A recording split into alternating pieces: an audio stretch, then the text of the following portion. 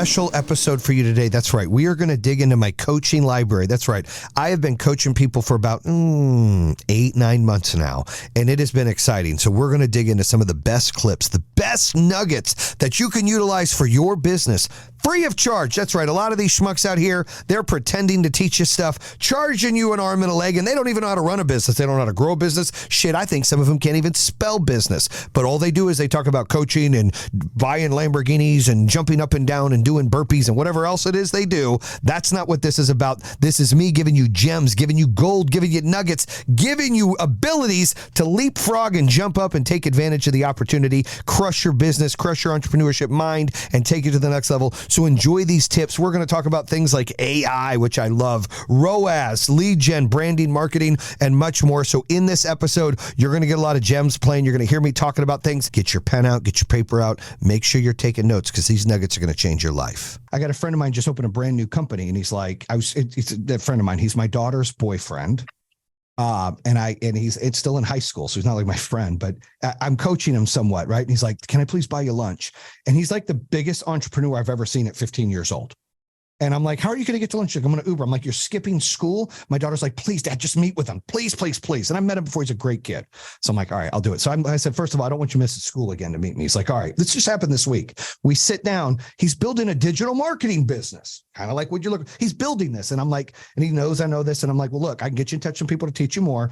I said, but what are you doing with your first client? He's like, well, I'm really nervous. Like I have this client in Gastonia, and it's just so funny here, a 15-year-old dude. He's like, I got this client. They sell wheelchair ramps. They're wanting to do some digital marketing. I've taken every class on YouTube. I've done all these things to learn it. And that's another thing you do. You want to learn it so nobody can fuck you over. But you know, he's picking it up and he's like, so I'm going to do it. I don't know what to tell him. I said, well, first of all, you got to act as if you have 1,000 customers. You can't act as if they're the first one because nobody wants to be the first one. You can make a mistake and say, hey, we're kind of new. But you never say, I don't have any customers. You're my first. Like, you never lie. If they ask, you tell the truth. They don't ask. You want to assume that you're the biggest and baddest out there. I said, when we were very small, and I used the salt thing, I said, we were very small in Michigan or North Carolina. We were this big. We advertised like we were this big. And people are like, fuck, that's a big ass company. It took a while to get to be big, but we acted as if, we showed as if, we marketed and branded as if we were so large. Like you said, we were the decision. If anyone was going to do it, they were like, those are the big guys. And, you know, we weren't big always. We started small, but we've acted like we were huge from day one because that's confidence, and confidence closes deals. So the brand has to have confidence, and I hold you accountable. I'm real. Like you could tell me, hey man, this is my logo. What do you think? I'm not here to run your business and pick your logo. I'm here to just give you advice. I said, dude, it's dog shit. One of the NFL players I got, he owns a dumpster and hauling service. And he's like, Jay, like, what do you think? And I started there and I said, well, let's see your brand. And I go, who made this, Tavon? He's like, my boys. I said, all right, with all due respect, it's dog shit. He's like, why? I said, dude, it's not warming. It's like, it looks like fucking Pete in the backyard is doing this. Like, it's like, come on. He's like, really? He's like, what the hell do I do? I said, have you ever used Logo Tournament? No. I'm like, dude. So I put him on the Logo Tournament. Him and his kids go on there. Have you guys ever used Logo Tournament? No. Oh my God, it's the best shit in the planet. So for like $300 to $800, you pick how many people you want. You give it the idea and the concept for your logo, and it goes out into the world, and all these people from like Indonesia and Asia and India and I mean everywhere, these, you know, artistic logo digital creators are blasting you with logos to choose, and you choose the winner and they get paid the money. And you can message them and go, I like these 5. You have to rank them all the time. I like these. Then people try to mirror those 5. And then you're like messaging, I don't like this color. Can you change this? I like this. And then you get your logo. Every logo I've ever had came from there. The Pink Energy logo was the first one we got out of 2000. And I was like, that's the one. And I let everyone else think about it. We went 1,999 more. And when it hit 2000, I said, everybody good? They're like, yeah, we like that one. So, and the reason we changed to Pink Energy is we had a deal doing a reverse merger with the company XL Fleet. And they didn't like the name Power Home Solar. And we were in a lawsuit fight with Power Home Remodeling for 4 years. We're like, well, we don't care about the name either. We can brand as whoever. If we're going to be a public company, it's going to be a big thing. Let's change it. So took us about 2 months to figure it out. In October of 20 21, we decided, you know what, let's go with pink energy. And I decided that in the bedroom. I was going through some name generators and I went to my wife and I'm like, hey, what about like pink solar or pink energy? She goes, I don't hate it. I said, I freaking like it. So we sent it to the team and they were like, holy shit. I said, think about it. And then when we made it, breast cancer awareness hit us up. We did a whole deal with them. Like it was just, we were so excited, like be this public company, be pink energy. Cause we were going to do microgrids. We were going to be doing like, community, like all these things for low income housing. Like we had this whole vision. I have a guy that owns a windows and siding company out of Ohio. They've been open like 75 years. He's a friend of mine. He's an attorney. And he's like, Jayson, you need to come in and give it the Jayson love, the B12 shot to do digital. And I'm like, he's like, we've got this name for 75 years. Everyone fucking knows us. I get it. But not everybody knows you, right? They know you when it's convenient. They know you because they see you on TV, but every day people are fucking turning off their televisions and they're fucking watching social media. Every day people are too busy watching Hulu or Netflix or Amazon. You got to be on fucking, the line cutters, the cable cutters. You got to be part of, that community over there to be advertising, not on media, because media is a dying breed. Media is top level only. It's like, hey, I've already got a brand with Brickworks. I want to fucking, continue to tout my name because it builds credibility and it builds confidence in your sales reps, which is important. That's why you brand. You do not brand and think you're going to get dollars out of it. Branding is a loss, but it's a necessary loss when you're building a business. It's a fact. Like we would spend almost $10 million a month in branding and marketing. And Power Home or Pink. 2 million of it was branding. 8 million of it was lead gen. So 2 million of it, we're already in the hole. But what does that mean? Well, that means we've got TV, we've got billboards, we've got wrapped cars, we've got, radio, we've got Hulu, we've got, direct TV, we've got YouTube, like just videos about branding. Then the rest is all lead gen. It's all authority pages. I love what you said about being the authority page. Authority pages means you have the education, you educate people. In today's world, Jeremiah, they don't want to be bought. They don't want to be sold. They want to make a decision. And when you have digital ads, you're empowering them to read about it and you're empowering them to make a decision. And when you do that, it's stronger than trying to sell them something. People want to make their own decisions. They feel confident doing it. Like, oh, I just read this. Like, I want to do this, right? I'm not a big fan of the gimmicks and let's do this. Like, yeah, you're going to get buyers like that. They're like we have, like, we have like free installation or, no interest, however your ads run, right? That you're able to take that and get those grabs. But the more important ads are those authority pages that educate why. Like, why is concrete important? Why is this restoration important? What can it do? This is for this can change your life. Here's why. Here's the value of it. Here's this, here's that. All of a sudden people read it or they see a video about it and they see you talking, or maybe you got somebody else talking and you're just being natural. They want to make you humanized. And they're like, fuck, I like this guy. All of a sudden they're paying attention. And then now they're reading about it, like, fuck, honey, we got to do this. And you're getting those, and you're what I call creating the marketplace. We did that at Power Home. We went into markets, nobody fucking had solar. When I came into Michigan, nobody fucking had solar. When I went into fucking North Carolina, nobody had solar. Well, I mean, it was very fucking small. The small guy over there in fucking East Michigan doing 2 a fucking month. Like, that was it. I came in and changed it because we were doing all the top level branding and marketing, which made it intriguing. But it was really the authority pages and the digital that brought the consumers in, where they were learning how solar works, where they were appreciating what solar can do, where they were seeing what the utility companies were doing. And they were like, I want to learn more. And that's how it works. Yep. Native, we were talking about it. So if we get somebody to do your native, that's where I told you can be on CNN. Hopefully you're not there. You can be on Fox News, wherever you are. Ad pops up, and you're like, oh shit. And you've seen it before. It's like, get solar. All the solar companies are doing it. Get solar for $0 down or whatever while you're reading a sports thing. You're like, what the fuck? That's native. I'm talking about when you're reading, you're just on a normal website. You're on ESPN, okay. You're on Free Press, you're reading something. And when you scroll down from the story, they have all these articles down there you can click, and it looks like it's an article. And real small, it says sponsored ad. And on there will be like a headline that says, solar for no money down. And so someone who's just reading sports goes, oh, solar, no money down. Click. Now they got their information. Now they're filling out a form. That is native. So native is putting an ad in when they're just on a normal website. It's chasing them to websites they go to, right? We're retargeting, but native is that platform. Native is a platform that you can buy leads in that go on to like 1,000 or 2,000 websites to where your ads are on there when people are on those websites, your local news websites, your CNNs, your Fox Sports, all that stuff. So you have to ask yourself, the more volume you want, the higher the percentage goes. And that's why you babysit it and manage it on ROAS, right? When I said that if you're only doing a small pocket, and this is all I'm going to do, percentage going to be 3. If you want to do more, percentage going to be 7. If you want to go even bigger, it could get up to 10. You have to price yourself into that and know that, because you're getting bodies, you're getting fish that you wouldn't have got before because you're not getting the lay down call-ins. You're gaining other business. And that's why that's going to go up. So you can't measure the two against each other. You can only measure ROAS. And remember, I said it's important. There's 3 metrics you need to always remember in this. Your ROAS is first, your cost per sale is second, and then your volume is third. Let me give you an example. Google ROAS was $35. Hell, that's pretty good. Great. Every dollar I spend, I get $35 from Google. That's great. Facebook was $20. Well, it's not as good as Google. And native was 15. Stay with me. Well, Google only gave me 10 deals for the month. Facebook gave me 35 and native gave me 3.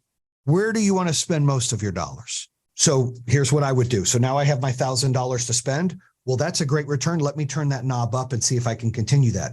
Guaranteed in marketing, no matter what you're doing, the more you spend to get more deals, the higher the cost is per sale. It's facts. It's not going to stay at 20, 35 ROAS. It's going to trickle down as you gain more volume. So what the answer to this is, I would go 50% in Google, like up. If I have dollars, I have 1,000, I'm going to spend 2,000. I give 500 extra to Google. I give 400 extra to Facebook. And then I give 100 extra to the other one, right? Because you always want to sprinkle the dust. On Google, what you'll see, because it can only handle so much, people are Googling whatever. You're not getting those new bodies. Think of Google as its own pond of, I want this, here I come. There's only so many in there. So once you continue to spend too many dollars and then you compete with everybody else to get that same fish in that pond, the cost goes skyrocketed.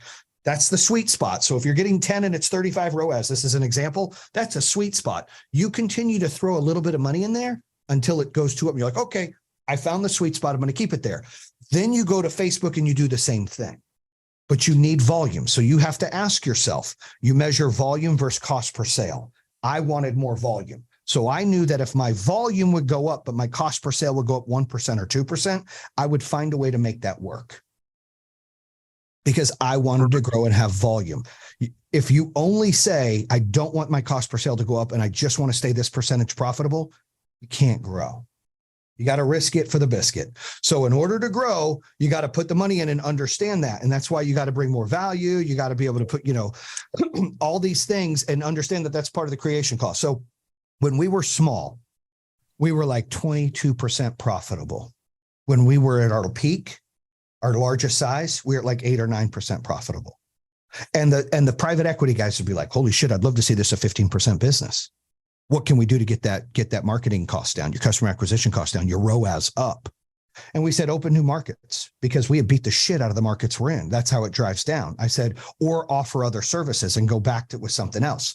And, they like that answer, but they're also like, and I said, well, look, do you want us to do 600 million in sales and be 8% profitable? Or do you want us to do 150 million in sales and be 10%, 15% profitable? You pick. Well, they want the first one.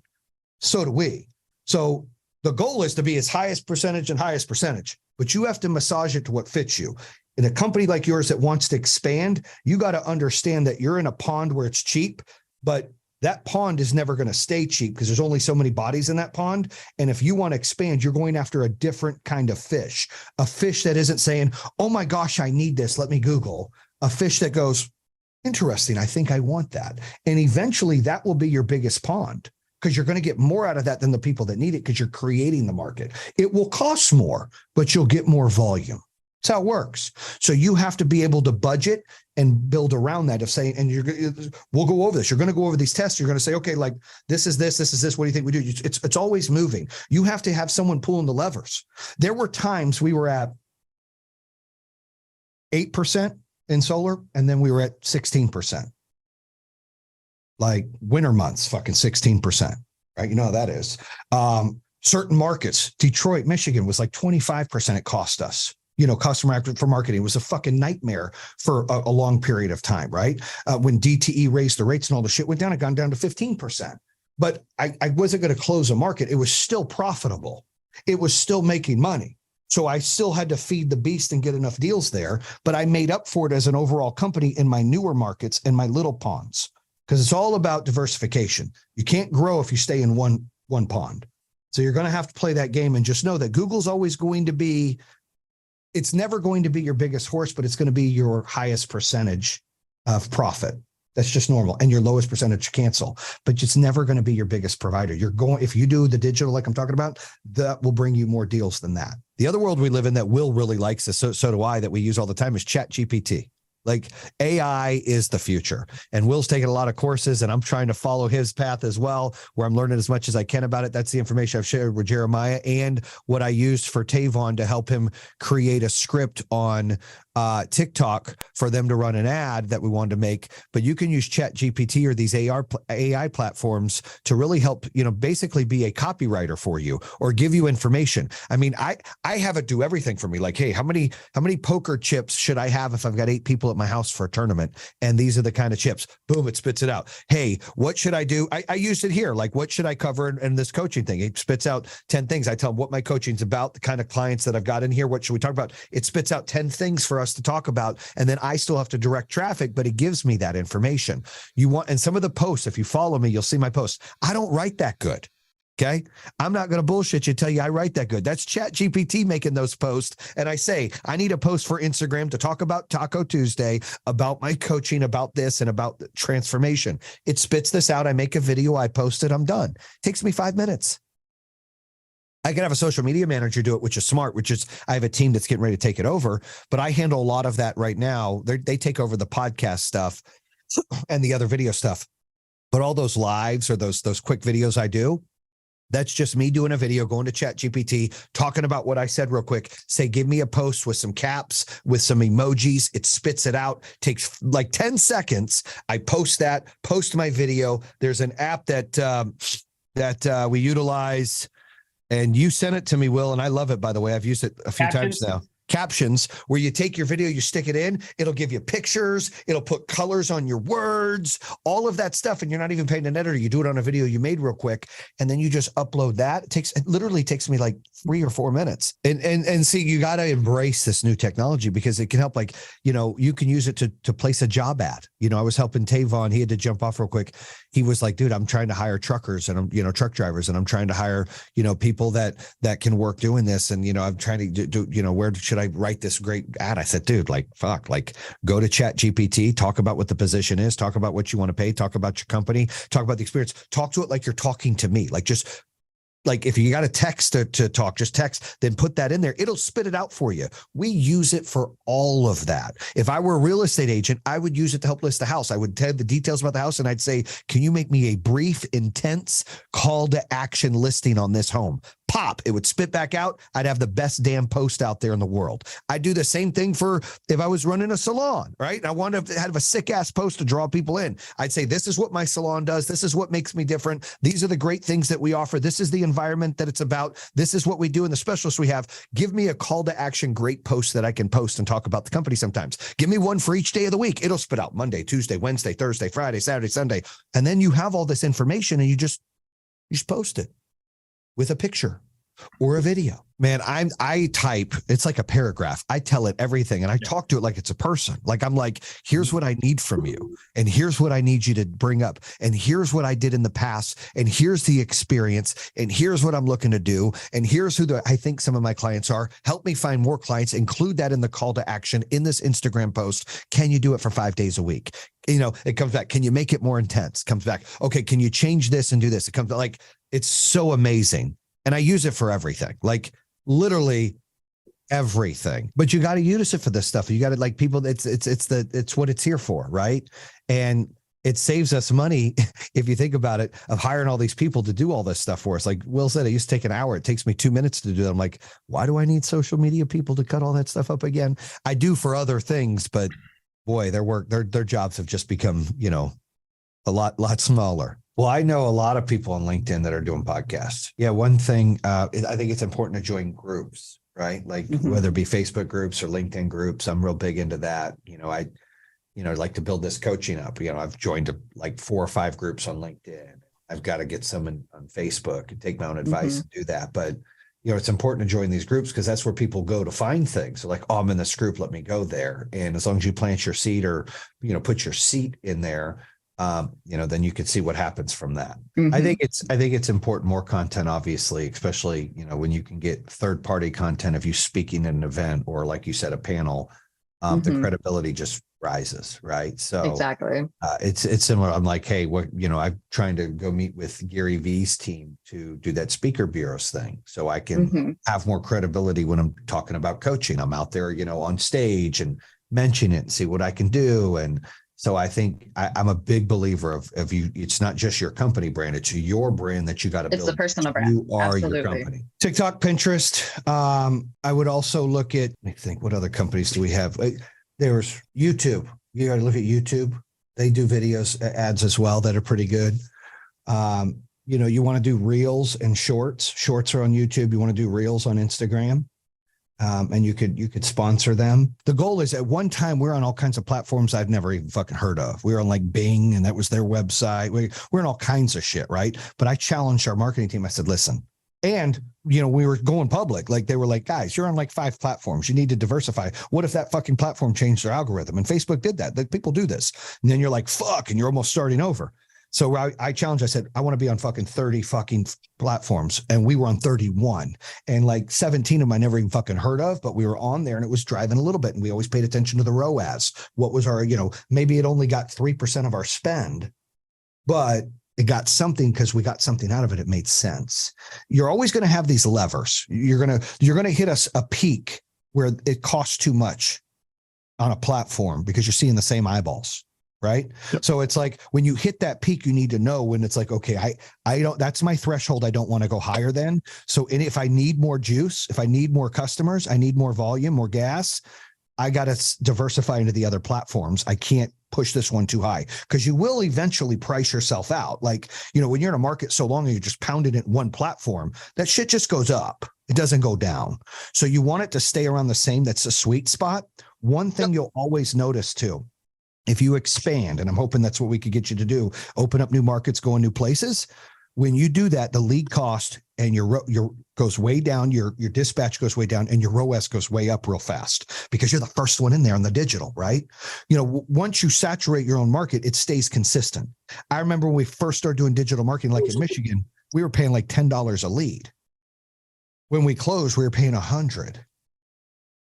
Okay. So it went up 10 times. It's okay. We could afford it because we had a great closing rate. We had a great brand. It was a $60,000 ticket with a battery. There were things that we could afford, but when you're fucking first to the fucking thing, it's like dirt cheap because those algorithms, those platforms are throwing you to the front of everybody and people like eating that shit up. Then after they've seen it 5,000 times, you get diminished returns. So the only way you manage that is diversifying your platforms and growing into new markets. That's how you can control that. I was just coaching another guy that's running a pretty big company up in Michigan, and he does concrete and he does brickworks and he does all these kinds of things. And he's never had a call to action. What a call to action means is, because he was like, what do you mean by call to action? So he'll have these commercials or these ads. This is what we do. And this is great. And, we've been around 50 years and blah, blah, blah, blah, blah, blah.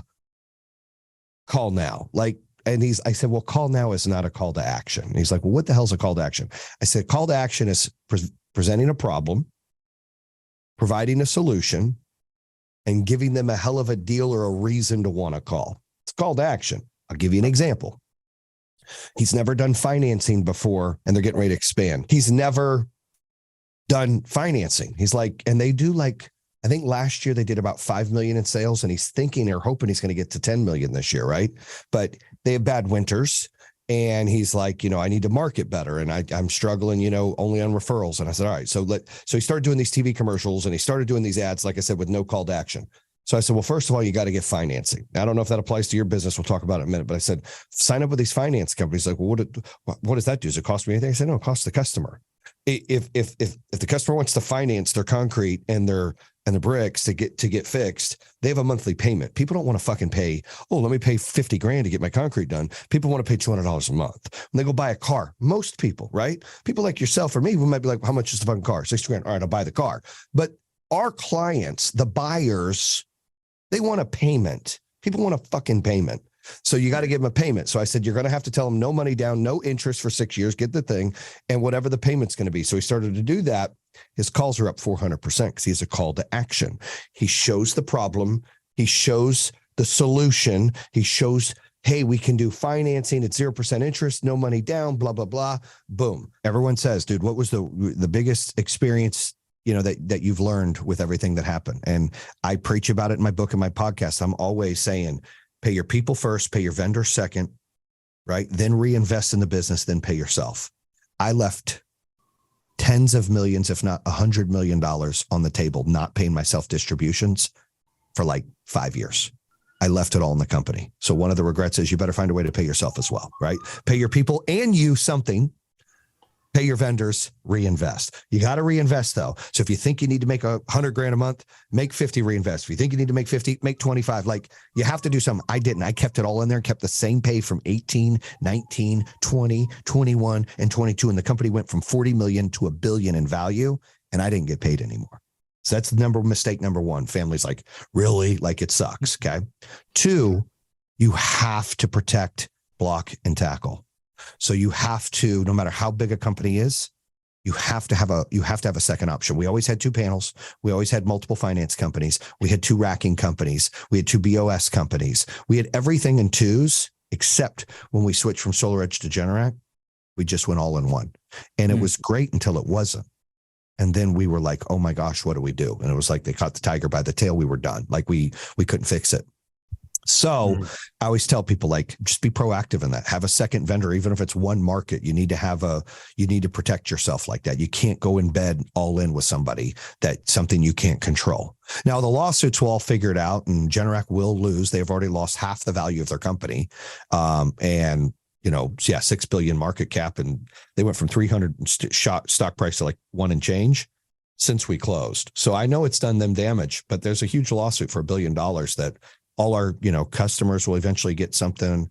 All the employees we had to let go. Like, I don't think I'll ever get anything out of it. I pray, but I highly doubt it. It's just too big of a number. So we'll see what happens, but they will lose that lawsuit. And that'll be ugly. It'll go on for years. I'm still having to do depositions for it and stuff. And truth keeps leaking out more and more. And people are like, oh my gosh, I can't believe they did this. Oh my gosh. And it's just bad. So I can't believe they're still in the business. But I think a lot of people stay away from them just because of what happened with us, even if they don't think it's all Generac's fault. But I can assure you about 90% of it's Generac's fault. We had our normal problems, but you're always able to manage your problems until a giant problem happens. Then everything gets escalated and you can't keep up. Yeah, and that's what I want to try to prevent people from getting in that position, because that was the worst position. For 5 months, we were in survival mode, and it was just crazy. And we were 2 months away from going public. I hope you enjoyed the show of Jayson Waller Unleashed. Again, this was a special episode we made because I wanted to give that content. I hope you enjoyed all the gems that you got on there. We'll continue to put some of that content out in the library. If you're interested in one-on-one coaching, make sure you DM me. I'm Jayson Waller, BAM, at Instagram. You can check it out. Find me on LinkedIn. But either way, continue to follow the podcast and stay tuned. I will continue to put gems out just like what you just heard to really help you better your life and better your business. BAM!